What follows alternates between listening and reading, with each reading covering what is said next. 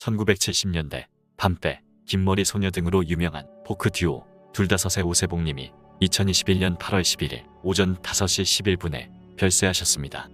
그의 나이 향년 67세였습니다.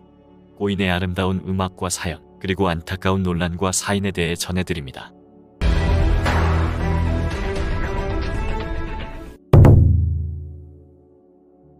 오세복은 1974년 이두진과 함께 둘다섯이라는 남성 듀오를 결성해 데뷔 앨범을 발표했습니다.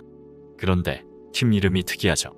둘다섯은 가수 두 사람의 성인 이두진의 이와 오세복의 오에서 따왔습니다. 둘다섯은 우연한 만남에서 비롯되었습니다. 서울 휘문중학교, 휘문고등학교 1년 선후배가 아닌 이들은 우연히도 대학도 같은 동국대학을 다니게 되었습니다. 1973년 선배 이두진은 후배 오세복이 대학에 입학하자 기분이 좋았습니다. 오세복과 음악적으로 통하는 데다 고교 동문이자 대학 동문이 됐다는 사실에 가슴이 뿌듯했습니다. 어느 날 이두진은 오세복을 불렀습니다. 야, 세복아. 이번 신입생환영회 때 우리 듀엣을 만들어 한번 발표해보지 않을래? 너 곡 써둔 거 많잖아. 선배 제의를 받은 오세복도 싫은 표정은 아니었습니다. 잘하는 선배가 대학생이든 자신을 불러준 것에 고마운 마음이 들었습니다. 게다가 써놓은 곡들을 묵히기 아까운 생각도 들었죠. 그러죠 뭐. 오세복의 대답은 간단했습니다. 이렇게 해서 두 사람은 듀엣으로 음악 활동에 들어갑니다. 이들은 그의 대학 신입생환영회 행사 때 자작곡 긴머리 소녀를 불러 큰 박수를 받았습니다. 학교신문에 보도되고 졸지에 대학가의 화제거리로 떴습니다. 이 소식은 음반업계에 알려졌고 지구레코드 최경식 상무는 이들을 수소문해서 불렀습니다. 그리고 전속가수로 계약하고 음반을 내자는 최상무 제의를 두 사람은 받아들였습니다. 그렇게 발표하게 된 1집에 같이 실린 긴머리 소녀와 밤배가 방송 전파를 타면서부터 동반 히트했습니다. 긴머리 소녀가 먼저 인기곡으로 떴고 그 여세를 몰아 밤배도 덩달아 상종가를 치며 크게 히트한 것이죠. 긴머리 소녀가 대중들에게 애창되면서 대학가의 여대생과 공단의 여공들 그리고 여사원들 사이에 긴 머리가 유행했습니다.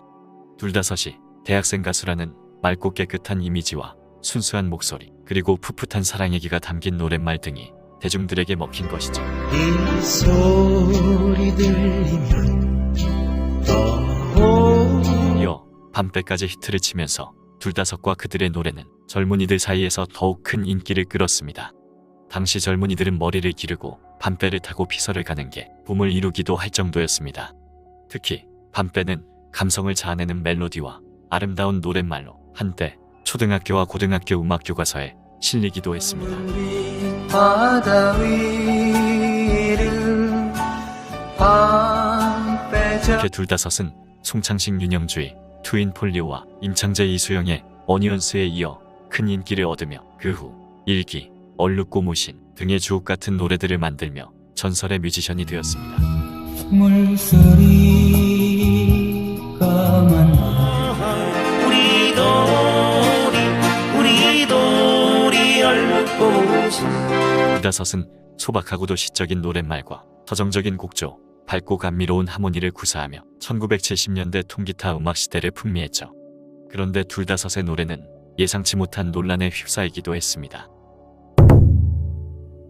긴머리 소녀는 소녀와의 우연한 만남과 이별, 그리고 그리움과 추억을 담은 내용인데요. 이 노래는 오세복 작사 작곡으로 알려졌지만 실제 작사자는 코미디언 손철이었다는 얘기가 있습니다.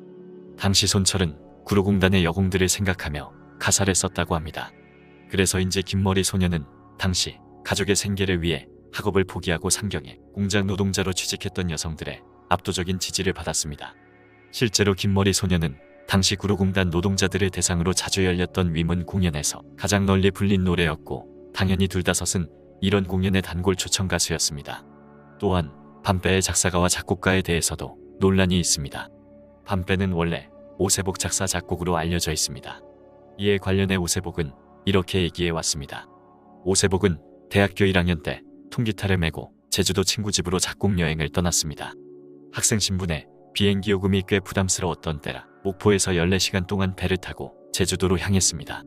고동이 울리고 배는 파도를 가르며 육지에서 멀어져 갔습니다. 공예상으로 선수를 돌린 배는 땅거미가 내려앉아 만경창파에 뜬 한 장의 낙엽 같았습니다. 그는 문득 시상이 떠올라 노트를 꺼내 갑판 불 밑에서 일기를 써내려갔습니다. 그날 있었던 일들과 머리에 떠오르는 상념들을 하나 둘 적어나간 것입니다. 며칠 후 그는 제주도 여행을 마치고 서울로 돌아와 가판에서 적어둔 일기와 메모들을 노랫말로 다듬었습니다. 이어 곡을 붙이니 훌륭한 노래가 됐고 그 작품이 바로 밤배라고 주장했습니다. 그러나 이두진이 노래가 발표된 지 32년이 지나 다른 주장을 합니다. 그는 밤배를 자신이 지은 곡이라고 주장한 것입니다. 이두진은 2007년 인터넷 팬카페 둘다섯과 다정한 사람들의 밤배 이렇게 만들었다 라는 제목으로 글을 올렸습니다. 이두진은 1973년 남해를 여행하던 중 금산 보리암에서 하룻밤을 묵게 됐는데 발아르는 남해바다가 한눈에 들어오고 상주 해수욕장이 그림처럼 펼쳐져 있었다고 합니다. 그때 캄캄한 밤바다에 작은 불빛이 외롭게 떠가는 것이 정말 인상적이었다고 밝혔습니다. 이어 그 인상을 그대로 메모해 즉석에서 흥얼거려 보니 어느 정도 노래가 되어 그 다음날 서울로 올라와 다듬어 밤배를 완성했다고 덧붙였습니다. 또한 그는 이 글에서 아직도 보리암에서 바라본 밤바다의 작은 불빛, 그 밤배의 기억을 그대로 가지고 있다며 가야 할 목적지를 향해 쉼없이 가야 하는 밤배는 거친 바다와 싸우며 삶을 영위해가는 어민들의 운명이기도 하다고 했습니다. 그래서 밤배는 그들에게 바치는 노래이기도 하다고 했습니다.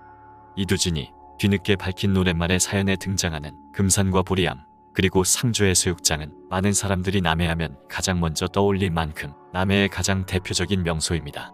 특히 보리암에서 내려다 보이는 상주 해수욕장은 70년대부터 전국의 청춘 남녀들이 여름이면 찾아 추억을 쌓은 곳이었습니다.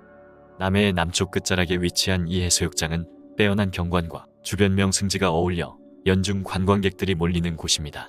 특히 여름 한철만 해도 전국에서 100만여 명이 찾는 해수욕장이기도 합니다. 밤배의 배경이 상주 앞바다라고 주장한 이두진의 말에 따라 2007년 해수욕장의 명칭을 상주 은모래비치로 변경한 남해군은 다음에 해수욕장 속림 야영장 쪽에 노래비를 세웠습니다. 돛대 모양의 삼각형 노래비 상단에 밤배 악보를 그 아래에 둘다섯의 사진과 함께 노래비를 세운 사연을 기록해 놓았습니다. 노래비에는 특히 밤배를 비롯해 긴머리 소녀, 얼룩고무신, 바다 등 둘다섯의 히트곡 10곡을 담은 음향장치가 설치되어 있어 이곳을 찾는 사람들은 곡을 선택하고 버튼을 누르면 해수욕장과 멀리 금산을 조망하며 둘다섯의 감미로운 목소리를 들을 수 있습니다. 그러다 이두진은 이 곡의 실제 작사자는 따로 있다. 유이본이라는 무명의 음악교사가 노랫말에 썼고 여기에 내가 곡을 붙였다고 토로했습니다. 이런 논란 때문인지 두 사람은 끝까지 함께 음악을 하지 못한 것 같습니다. 고인의 죽음이 더 안타까운 이유가 있습니다. 고인은 1970년대 통기타 음악 전성기를 열었고 이후에도 지속적인 음악 활동을 했습니다. 라이브 카페 밤배를 운영하기도 했고 7080 콘서트에서 그 모습을 볼 수 있었습니다. 그러나 건강이 악화되어 노래 활동을 못하게 되었습니다. 두주불사의 오세복은 당뇨로 인한 신장 손상으로 혈액투석을 받으며 힘든 투병을 해오다가 아들의 콩팥을 이식받은 후 건강이 회복되기도 했습니다. 그 후 봉사활동으로 음악치료를 위한 재능 기부를 하며 보람된 삶을 보내고 있었습니다. 더구나 고인은 최근까지 신곡 발표를 준비했던 것으로 알려졌습니다. 가수 김현숙의 그날을 작곡한 가수 겸 작곡가 이철식과 새롭게 둘다섯이란 이름으로 활동을 준비한 것입니다. 남자가 사는 이유 라는 제목의 신곡 음반 녹음까지 마쳤지만 건강 문제로 발표하지 못한 것으로 전해졌습니다. 가요계와 유족에 따르면 고인은 폐혈증으로 별세했습니다. 살아생전 많은 사람들에게 아름다운 음악과 추억을 선사해주신 오세복님께 깊이 감사드리며 삼가 고인의 명복을 빕니다.